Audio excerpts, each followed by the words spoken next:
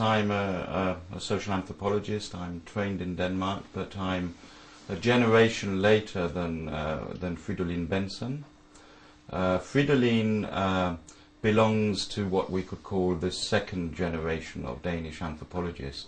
The first generation, that's going back to the beginning of the last century.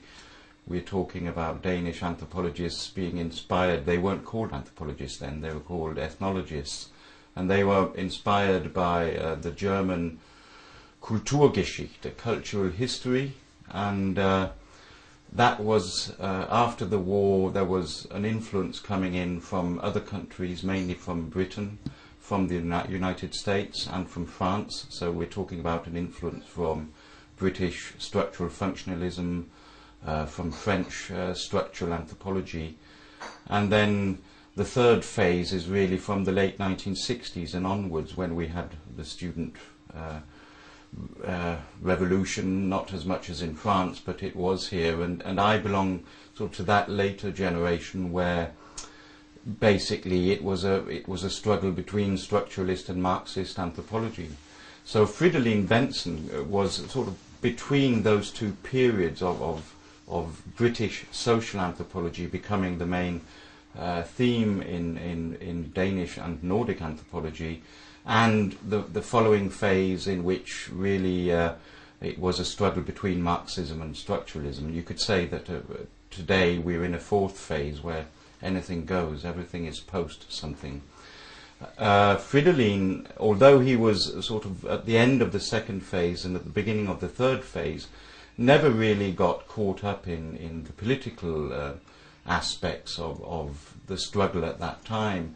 You could definitely not define him as a Marxist anthropologist, but neither can you define him as a structural anthropologist. He was a bit of a loner. He was on his own, and he stayed away from the barricades, if you like, and got totally immersed in his own project, which, as you of course know, is Sardinia. He was doing field work in Sardinia, and he had plans to do field work further afield. He wanted to go to Asia, but he got so engaged in his work in Sardinia that he stayed there right until his unfortunately very early death. So he never got to Asia. He never completed any field work outside Sardinia.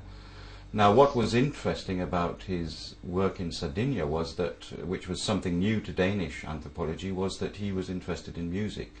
And mainly, as the whole world now knows, the Launedas. And that had two main results. One was that Fridolin himself really became the first Danish ethnomusicologist. There was no such thing. There was no training for anthropologists involved in music. So really he was a pioneer in that sense. The other thing is, of course, that apart from being the first Danish ethnomusicologist, he did research on the Launedas, which made the Launedas world famous through his research. And I can remember when I was invited to Sardinia to the premiere of the film about Launedas, based partly on some of Benson's old 16mm archival footage about Launedas. I can remember that at that time I was checking up, because I'd been asked to give a speech about Fridolin, and I was checking up on the internet. And there wasn't much on the internet at that time. Today there's lots, but at that time there wasn't much. So when I checked on Launedas, without checking on Fridolin Benson first, everything that came up with Launedas had the name Fridolin Benson linked to it. So it's really a question of Fridolin Benson being the first ethnomusicologist and being the one who put the instrument Launedas on the map. Now, I got to know about Fridolin in different ways. I happened to, as a member of the Nordic Anthropological Film Association, to organize a seminar way back in 1992, at which Dante Oleanas from Sardinia was invited, and he showed at this seminar a film that he'd been making on Launedas, but really it was a film following the Grand Maestro, or one of the Grand Maestros of Launedda playing, Aurelio Porcu, and I was very impressed by the film, and it was the first time. I was also impressed by Launeddas. It was the first time I'd heard Launedda playing.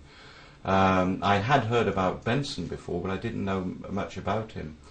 Now, so that was my first entry into the world of Launeddas and into the world of Fridolin Benson. A couple of years later, I myself got involved in a long-term film project in the Pacific, working together with a colleague of mine who is now retired, Jens Pinholt, a Danish anthropologist who used to be my teacher at the university here in Aarhus. And one evening, while we were filming in the Pacific, we happened to talk about the time that he studied in Copenhagen. He studied in Copenhagen, and it turned out that Jens Pinholt was actually a fellow student of Fridolin Benson, and started telling me some stories about Fridolin, and how it was Jens Pinholt who told me that Fridolin Benson really kept a bit of distance to the other students who were very heavily involved in a lot of the political aspects that were going on at the time, and he was a loner. He was a lone wolf, as we say. He looked at his own work and was not too interested in big theoretical issues or big political issues. So really, he was a true anthropologist, field-working anthropologist in a sort of the old sense of the term, who didn't get distracted by whatever was going on in the world. He was more interested and focused on Launeddas.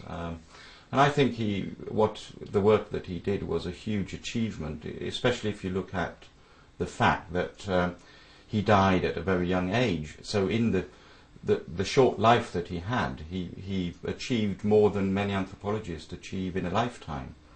Now, of course, a lot of the material that he collected, both audio material and film material, he really didn't get a chance to develop himself or work with himself.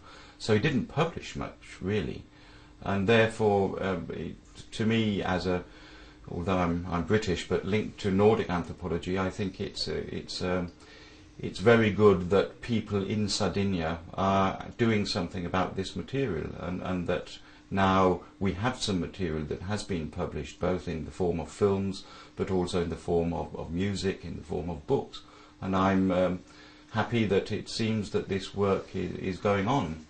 Now, as I said, I was in Sardinia for the premiere of Launeddas in 1998, and that really was a kind of confirmation of a bond between Danish Nordic anthropology and some of the research that was being continued in Sardinia. And this was even further confirmed then in a couple of years ago, when for the first time ever the annual Nordic Anthropological Film Association Festival was organised outside the Nordic countries, and that was in Sardinia, in Cagliari, organised by Ciscandula and Dante Olianas, and it widened the topic. It wasn't a conference or a festival about Launeddas.